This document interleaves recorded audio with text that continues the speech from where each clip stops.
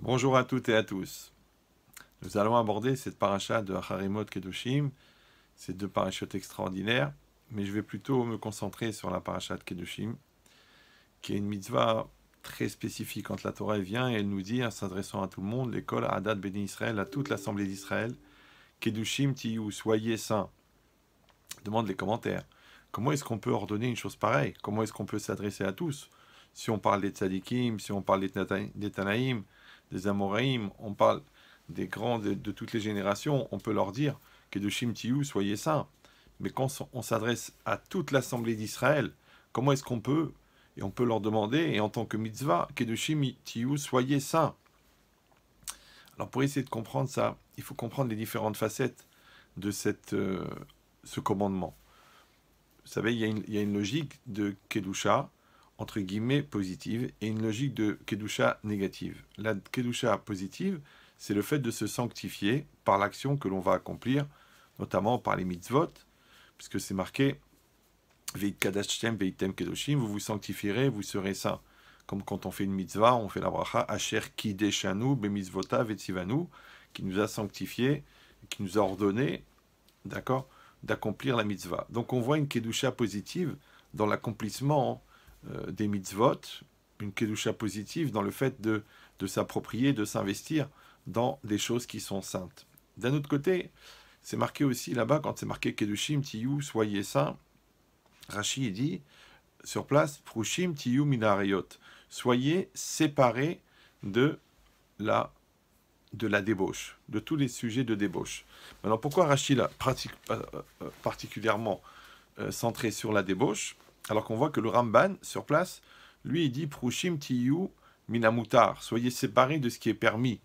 Alors, évidemment, vous allez poser la question, alors si on doit se séparer de ce qui est interdit et on doit se séparer de ce qui est permis, qu'est-ce qui va rester? En vérité, c'est une posture, c'est une attitude que l'on doit avoir par rapport aux choses. Évidemment que ce qui est interdit, on va s'en séparer, mais ce qui est permis, il y a une manière de faire les choses, il y a une certaine finesse, ou alors il y a une certaine utilisation qu'on va avoir des choses permises. Ça veut dire qu'on doit, par exemple, se nourrir, mais on ne doit pas se jeter comme des animaux sur la nourriture. Ouais. On doit avoir des rapports intimes avec nos épouses, mais on ne doit pas le faire comme un animal.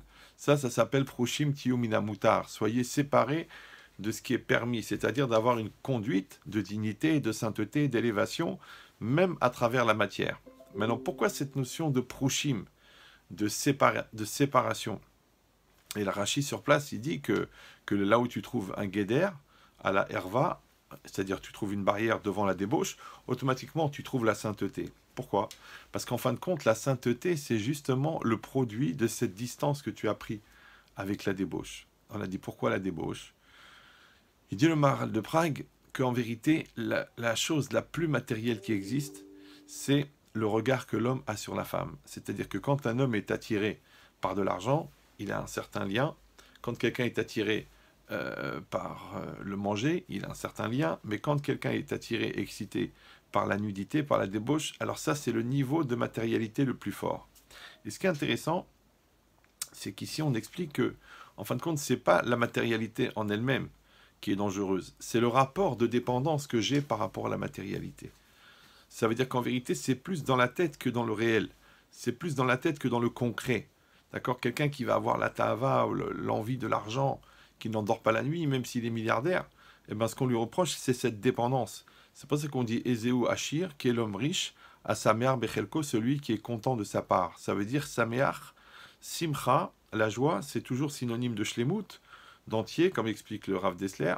Donc quand je me sens entier avec ce que j'ai, d'accord, alors à ce moment-là, je suis Sameach, je suis en joie. Mais ici, qu'est-ce qui est marqué? Que c'est une logique, en fin de compte, qui se passe dans la tête. Parce que celui qui a 3 milliards, mais il lui manque 200 millions pour terminer un chiffre, alors celui-là, il est pauvre, parce qu'il est dans le manque. Mais celui qui a de quoi manger, qui a un toit pour dormir et qui est content, il est riche, parce qu'il n'est pas dans le manque. Et cette logique-là, oui, c'est cette logique de distance par rapport aux choses, d'indépendance par rapport à la chose. Donc quand c'est marqué Prushim Tiyu Minarayot, puisque le rapport à la débauche, la dépendance par rapport à la nudité, eh ben c'est la chose la plus matérielle qui existe, comme ça il explique le Maharal de Prague. Et qu'est-ce qui est marqué? dans le Nefesh HaChaim, Raphaim de Vologine, que Kadosh, c'est quoi saint? C'est Mouvdal Minachomer, séparé de la matière. C'est-à-dire qu'en vérité, la sainteté, c'est le résultat de la distanciation que j'ai pris avec la matière. Quand je me sépare de la matière, l'acte en lui-même de la séparation de la matière, il donne un niveau de sainteté. Ça veut dire quoi? Ça veut dire qu'on se réserve de quelque chose, on se sépare de quelque chose. Un petit peu comme aussi la notion du Ekdesh. D'accord? Quand je prends un objet, ou je prends un terrain, et je l'offre au Beth Amikdash, donc je l'offre au temple, donc automatiquement il devient Kadosh, il devient saint. Qu'est-ce que j'ai fait? J'ai été Makdish Oto. J'ai été Mekadesh Oto, je l'ai sanctifié. Il dit maintenant, le fait de le sanctifier, ça veut dire qu'il a été réservé pour le temple, d'accord? Et d'ailleurs, il y a même un digne de Merila, c'est-à-dire un digne de profanation, que si je vais avoir une utilisation profane de quelque chose de saint, c'est un interdit de la Torah. Pourquoi? Parce qu'il a été réservé. Exactement pareil. Quand on se marie avec une femme, on est Mekadesh la femme, on la réserve. C'est-à-dire que maintenant, elle est permise au mari et elle est interdite à tous les autres. D'accord? Comme elle aussi, elle va être permise à son mari, interdite, comme lui aussi, il va être réservé pour cette femme-là. Donc on a été Mekadesh, c'est-à-dire on a séparé la chose, on l'a mis dans une dimension. Évidemment, le plus grand représentant de la Kedusha, de la sainteté, c'est Akadosh Baruch Hu, qui est Kadosh, et comme on dit dans la Chazara de la Mida, Kadosh, Kadosh, Kadosh. Et qu'est-ce que c'est là-bas? Pourquoi 3 fois Kadosh? Ça y est, on a compris, Hachem il est saint, mais on a compris. Parce que dans la définition du Nefesh HaChaim, si Kadosh, ça veut dire Mouvdal Mina Chomer, séparé de la matière, alors le plus séparé de la matière qui peut exister, c'est Akadosh Baruch Hu. D'accord? Alors le Nefesh HaChaim, il explique, il dit Kadosh, il est saint, à la puissance, comme en mathématiques, saint, le tout à la puissance saint. Ça veut dire Dieu, il est séparé de la matière, à la puissance séparée de la matière, à la puissance séparée de la matière. Donc il est complètement, tellement dénué de matérialité. Évidemment, il n'a pas de corps, donc il n'a pas de limite, il n'a pas d'image. Mais plus encore, pour Akadosh Baruch Hu, c'est pour notre perception, ça reste un concept, donc il est dématérialisé. Et pire encore, Hachem lui-même, il n'est même pas immatériel, il est même antimatière. Parce qu'on sait que la matière ne peut pas exister en présence d'Akadosh Baruch Hu, et c'est pour ça qu'il a fallu cette séparation, qui s'appelle la nature, comme un espèce d'écran de protection pour que la réalité puisse exister, pour que la matière puisse exister. Akadosh Baruch Hu, il a dû sortir de la matière. C'est-à-dire que nous avons la projection de sa volonté dans la matière. Ça s'appelle l'Ashgacha, ça s'appelle l'intervention divine, ça s'appelle le nom divin. Mais Hachem lui-même, il n'a rien à voir avec cette matière. Pourquoi? Parce qu'encore une fois, il est antimatière. C'est-à-dire que si Hachem lui-même intervient dans la matière disparaît parce que la matière est incompatible avec Hachem, puisqu'Hachem n'est pas matériel. Ça, c'est ce qui est marqué dans le Passouk. Lo yarini Adam vachai. Un homme ne me verra pas et restera vivant. C'est pour ça que Moshe Rabbeinu, quand il a vu le buisson ardent, il s'est jeté par terre parce qu'il était sûr qu'il allait mourir. Bon, ça c'est une explication un petit peu plus longue, mais on peut la faire en 3 minutes puisque vous êtes des gens intelligents. C'est que la matière, elle est faite d'énergie. L'énergie stable, ça s'appelle la matière. Quand vous déstabilisez la matière, ça s'appelle le feu. Parce qu'en physique, c'est quoi le feu? Le feu, c'est que quand on déstabilise la structure énergétique de la matière, l'énergie contenue, elle se diffuse sous forme de chaleur et de lumière. Donc normalement, où vous avez une matière organisée, qui s'appelle un buisson, ou vous avez du feu, et le buisson disparaît. Donc c'est ou le buisson ou le feu. Mais là, Moshe Rabbeinu, il a vu un buisson ardent qui brûlait, mais ne se consumait pas. Donc il a compris que là, il y avait une source d'énergie qui n'était pas la naturelle, entre guillemets, celle de base, mais qui était une intervention divine en direct. Donc si Akadosh Baruch Hu il s'inscrit dans la réalité, il rentre dans la réalité, alors automatiquement la réalité disparaît. C'est pour ça qu'il était sûr qu'il allait mourir et qu'il s'est jeté par terre. Ici, ça veut dire que Akadosh Baruch Hu, il est entre guillemets obligé, dans sa nature entre guillemets profonde, de se séparer de la matière, et on ne profite que de l'influence de sa volonté et de son nom, c'est-à-dire sa représentativité dans le monde. C'est pour ça d'ailleurs qu'on parle toujours d'Hachem et on ne parle pas de Dieu. On parle toujours Hachem, Hachem Melech, Hachem Malach, Hachem Imlor, Lema'an Hachem, Baruch Hachem, Kiddush Hachem, Chilul Hachem, Chasde Hachem. Pourquoi on parle toujours d'Hachem et pas de Dieu? Parce que le nom de Dieu, c'est sa représentativité. C'est-à-dire, c'est l'expression de sa volonté. Mais Itsumo Shel Hachem, l'essence de Dieu, elle est complètement séparée de la matière. Le Zohar, il dit que c'est même interdit d'y penser. Alors, quand on dit que c'est interdit d'y penser, c'est pas juste que c'est répréhensible, c'est surtout que c'est inaccessible. D'accord? C'est comme si on te dit c'est interdit de manger l'Himalaya. Tu dis oui, bon, de toute façon, j'envisageais pas vraiment, parce que c'est impossible. Alors, si manger l'Himalaya, c'est pas envisageable, alors être en contact avec l'essence d'Hachem, c'est même pas en rêve. Donc, cette idée qu'Hachem lui-même, il est Kadosh. Ouais, il est Kadosh. D'ailleurs, même les anges, qui sont des êtres totalement immatériels, quand ils parlent d'Hachem, ils disent Baruch Hachem Mimekomo. Hachem, il est béni de son lieu, de là où il est. Ça veut dire que pour eux qui sont immatériels, Dieu, il est loin. D'accord? Puisqu'il est ailleurs, il est loin de eux. Alors, à plus forte raison, nous, qui sommes à 90% matériels, ouais, que Hachem, il va être encore plus séparé de nous. Donc, il est Kadosh, à la puissance Kadosh, encore plus pour l'homme. Donc, cette dimension-là, où la sainteté, elle exprime le fait d'avoir pris une distance avec la matérialité. Alors, à notre petit niveau, quand la Torah, elle vient, elle nous dit que tu dois être Kadosh, ça veut dire que tu dois avoir cette distanciation avec la matérialité, ça veut dire qu'en fait, tu dois avoir un degré d'indépendance à la matérialité. C'est pour ça que quand quelqu'un il va faire une mitzvah, et une mitzvah c'est quoi en fin de compte? Ouais, c'est un acte ordinaire de la vie courante, mais qui a été élevé et optimisé à un niveau spirituel. C'est-à-dire tu peux manger, mais tu peux manger les shem mitzvah pour avoir des forces pour étudier la Torah.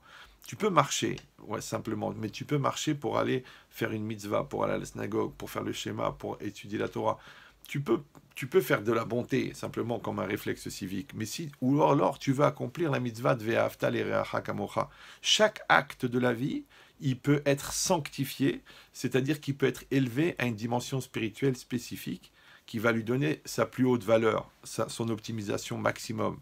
Donc quand la Torah elle vient indiquer Kedushim Tiyu, soyez saints, ici ça veut dire que, par rapport encore une fois à ce qu'on a appelé entre guillemets la sainteté négative, c'est-à-dire celle qui est dans la retenue, oui, parce que comme il y a la misvat assez et la misvat lota assez. La misvat assez, misvat positive, c'est que l'homme doit agir. Par contre, la misvat lota assez, c'est le fait de se retenir. Maintenant, il faut savoir que l'énergie dépensée pour se retenir de fauter est plus grande que l'énergie développée pour pouvoir accomplir quelque chose de positif, quelque chose de bien. Il y a cette logique-là, d'accord? Et s'appelle Kedushim Tiyu, soyez saints. Donc on comprend pourquoi est-ce que Rashi, il parle de la débauche, parce qu'encore une fois, le lien de dépendance, il est beaucoup plus fort avec la débauche, pour ça que la Torah, elle a été obligée de mettre plusieurs interdits.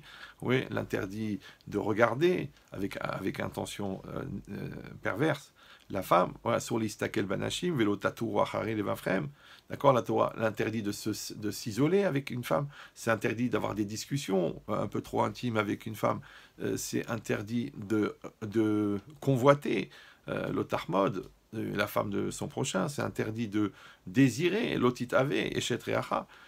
La femme de ton prochain, c'est interdit de toucher. D'après le Rambam, c'est Minatora, d'accord, de toucher une femme. Et après, il y a l'interdit de la relation sexuelle. Pourquoi tous ces interdits? Ouais, en vérité, parce que ça s'appelle sayag. Ça s'appelle comme une espèce de protection, de achaka, de séparation. Parce que la Torah, elle sait que cette attirance, elle est tellement forte. D'accord, il faut quand même savoir que l'industrie de la débauche, notamment sur Internet, ben c'est la plus grosse du monde. C'est le plus excitant, le plus attirant.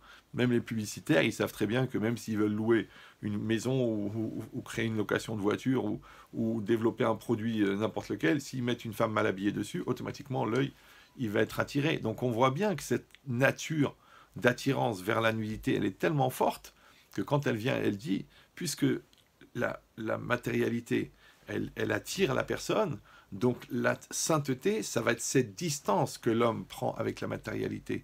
Et ce degré d'indépendance qu'on a par rapport à la matérialité s'appelle la sainteté. D'accord? Et c'est ça la Kedusha. Maintenant, c'est très très intéressant parce que le Ramchal, Raphaïm Luzzatto, il explique qu'en fin de compte, un homme ne fabrique pas de sainteté. Non, un homme, qu'est-ce qu'il crée? Il crée des tuyaux, des espèces de liens qui vont lui permettre de recevoir. C'est-à-dire, en vérité, la sainteté, elle vient d'Hachem. L'homme ne produit pas la sainteté, mais l'homme, il crée le lien entre lui ce potentiel de sainteté. Alors toujours je donne cette image qui est facile à comprendre, c'est que, imaginez quelqu'un, il est dans une pièce avec des plafonds de 4 mètres de haut. Et puis il y a un faux plafond, et on lui dit, tu sais, dans le faux plafond, il y a des pièces d'or, il y a des milliers de pièces d'or. Alors il dit, maintenant, tout ce que tu peux prendre, c'est à toi. Le gars, il dit, bon, c'est très gentil de me proposer des pièces d'or qui sont à 4 mètres de haut, mais comment je peux les atteindre? Il regarde autour de lui, et puis il y a tout un fatras comme ça d'objets, et il voit des tuyaux. Des tuyaux qui font 2 mètres de long et qui s'emboîtent les uns dans les autres. Qu'est-ce qu'il fait? Il est malin, il en prend 2, il les emboîte l'un dans l'autre, il les lève, et hop, il tape sur le plafond. Il tape sur le plafond, il tape sur le plafond, et à un moment, eh ben, il arrive à casser. Il arrive à casser une dalle du plafond, et à ce moment-là, il y a une chute de pièces d'or extraordinaire. Et ben, c'est exactement comme ça qu'il explique le Ramchal, qu'en vérité, la mitzvah, elle sert comme de tsinor, comme un espèce de tuyau, entre le potentiel de sainteté qui existe et l'homme. Et l'homme, lui, il doit simplement fabriquer le tuyau. C'est-à-dire qu'au moment où je mets les téphilines, en vérité, je crée un tuyau entre moi et la sainteté. Quand je fais Shabbat, je crée un tuyau entre moi et la sainteté. Donc moi, je fabrique le tuyau, et Akadosh Baruch Hu, il envoie la sainteté. C'est pour ça que d'ailleurs c'est marqué dans le Passouk, Ve'it kadashtem, ve'item kedoshim. Vous vous sanctifierez et vous serez saints. Il dit, pourquoi ce langage-là? Vous vous sanctifierez et vous serez saints. C'est un peu bizarre. C'est comme si on disait, vous rentrerez dans la piscine et vous serez mouillés. Vous peindrez la palissade et elle sera peinte. Ça n'a aucun intérêt. Non, en vérité, la logique, c'est qu'en fait, il faut séparer la proposition en deux. La partie de l'homme, c'est Ve'it kadashtem, vous vous sanctifierez. Ve'item kedoshim, ça c'est l'action d'Hachem. Hachem, il va nous sanctifier. Maintenant, nous, on a à faire cet effort-là. On a à faire cet ishtadlout de nous sanctifier. D'accord? Nous, on va séparer. D'accord? Nous, on va faire attention à nos yeux. On va retenir notre bouche de dire de la shonara. Et Hachem, il va envoyer la sainteté dans la bouche. Nous, on va sanctifier nos yeux. Et Hachem, il va envoyer la sainteté dans nos yeux. Nous, on va faire attention de ne pas avoir des mauvaises pensées. Hachem, il va envoyer la sainteté dans notre tête. Nous, on va préserver notre maison des choses négatives et néfastes. Et automatiquement, il va envoyer la sainteté dans la maison. Ça veut dire que le travail ici, il est véritablement un travail de retenue. Vous savez, j'avais un copain à l'Yeshiva, quand on était Bachour, il était un peu spécial. Bon, il étudiait beaucoup, bien sûr. Mais ce qu'il faisait, quand il sortait dans la rue, eh ben, il enlevait ses lunettes. Il enlevait ses lunettes, déjà qu'il ne voyait pas très bien. Donc pour lui, tout devenait flou. Et puis des fois, il prenait un poteau. Ouais. Mais les gens se moquaient de lui. Ils disaient, ah, qu'est-ce qu'il a, quoi, qu'est-ce qu'il veut celui-là? Il a enlevé ses lunettes dans la rue. Bon, eh ben, oui, aujourd'hui, il est Rosh Kolel, il a écrit des Sfarim et tout, il a écrit des livres dans la Torah, extraordinaire. Pourquoi? Parce qu'à un moment ou à un autre, il a compris qu'il faut faire la mitzvah, il faut étudier la Torah, mais à part ça, il faut aussi se sanctifier, c'est-à-dire de mettre une dimension spirituelle supplémentaire qui n'engage que la personne.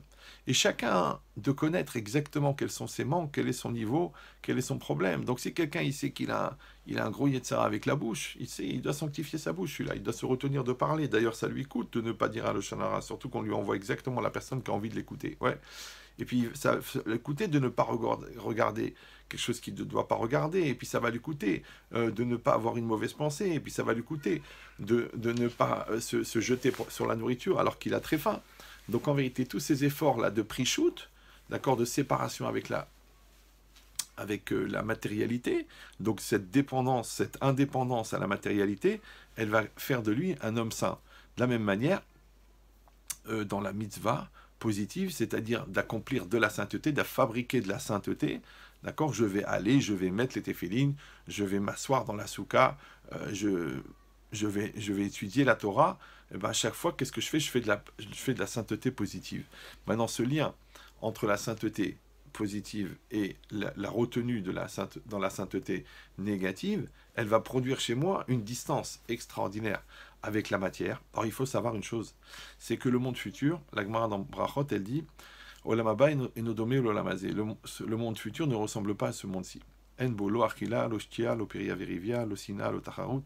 En vérité, dans l'olam haba, il n'y a pas de nourriture, il n'y a pas de boisson, il n'y a pas de relation charnelle, il n'y a pas de concurrence, il n'y a pas de jalousie, il n'y a pas de... En fait, si on réfléchit bien, il n'y a aucun signe de matérialité. Parce que tout ça, ce sont des rapports qu'on entretient avec la matérialité. Donc, ça veut dire qu'en fait, la seule manière d'être adapté au Olam Haba, au monde futur, eh ben, c'est d'être séparé totalement de la matérialité. Donc quand un homme, toute sa vie, il va faire cet effort-là de se sanctifier, encore une fois de manière positive, en accomplissant les mitzvot, Asher Kideshanu Bemitzvotav Vetzivanu, ouais, qui nous a sanctifiés par ces mitzvot, et en même temps, en se préservant d'avoir cette dépendance avec la matérialité, alors automatiquement, déjà dans ce monde-ci, il n'est plus lié à la matérialité.